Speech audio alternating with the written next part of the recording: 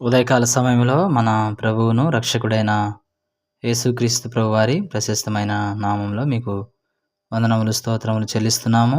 ఈ యొక్క ఉదయకాల సమయంలో హెబ్రోను క్యాలెండర్ వాగ్దానము ఆదికాండము 22వ అధ్యాయము 17వ వచనం. ఆదికాండము 22వ అధ్యాయం 17వ వచనం.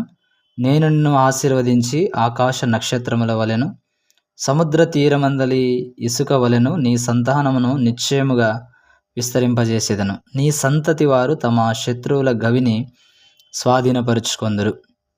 ఈ మాటలు మనము తండ్రి అయిన దేవుడు అబ్రహాముతో చేసినటువంటి వాగ్దానముగా మనము చూస్తూ ఉన్నాం.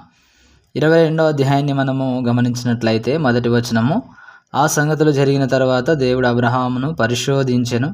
ఎట్లనగా ఆయన అబ్రామా అని పిలువగా అతడు చిత్తము ప్రభువా అనెను. అప్పుడు ఆయన, నీకు ఒక్కడైన నీ కుమారుని అనగా నీవు ప్రేమించు ఇస్సాకును తీసుకుని మోరియా దేశమునకు వెళ్ళి అక్కడ నేను నీతో చెప్పబోవు పర్వతములలో ఒక దాని మీద దహన బలిగా అతన్ని అర్పించుమని చెప్పాను.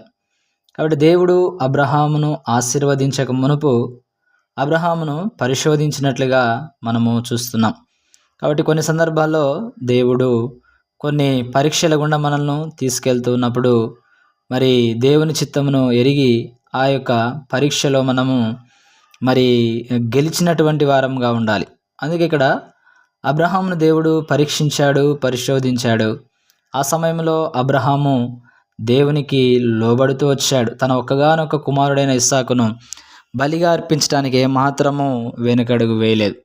కాబట్టి దేవుడు చెప్పినట్లుగానే అబ్రహాము మోరియా పర్వతం మీదకి తీసుకెళ్ళి మరి ఇస్సాకును బలి అర్పించక మునుపు ఆకాశం నుండి ఒక స్వరము వినబడింది. దేవదూత ద్వారా దేవుడు మాట్లాడుతూ వచ్చాడు. కాబట్టి నీ ఒక్కగానొక్క కుమారుణ్ణి నాకు ఇవ్వటానికి నీవు వెనుదీరగలేదు గనుక నీవు దేవునికి భయపడువాడవని నాకు కనబడుచున్నదని దేవుడు సెలవిస్తూ వచ్చాడు.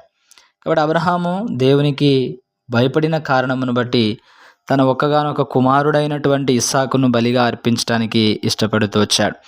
కాబట్టి ప్రియమైన సహోదరుడ సహోదరి, ఉదయకాల సమయంలో దేవుని యొక్క ఆశీర్వాదము దీవెన మనం కూడా పొందుకోవాలి అంటే కొన్ని సందర్భాల్లో మనం కూడా కొన్ని పరీక్షల్లో మనము నిలవబడే వారంగా ఉండాలి. దేవుడు కొన్ని సందర్భాల్లో మనకు పరీక్షలు పెడతా ఉంటాడు. అటువంటి సమయంలో మనము అబ్రహాము వలె మరి మన విశ్వాసాన్ని ప్రభు యొద్ద నిరూపించుకున్నప్పుడు దేవుడు అద్భుతమైనటువంటి రీతిలో మనల్ని ఆశీర్వదిస్తాడు. అబ్రహాము ఆ పరీక్షలో నెగ్గాడు, ఆ పరీక్షలో గెలిచాడు, విజయం పొందుకున్నాడు.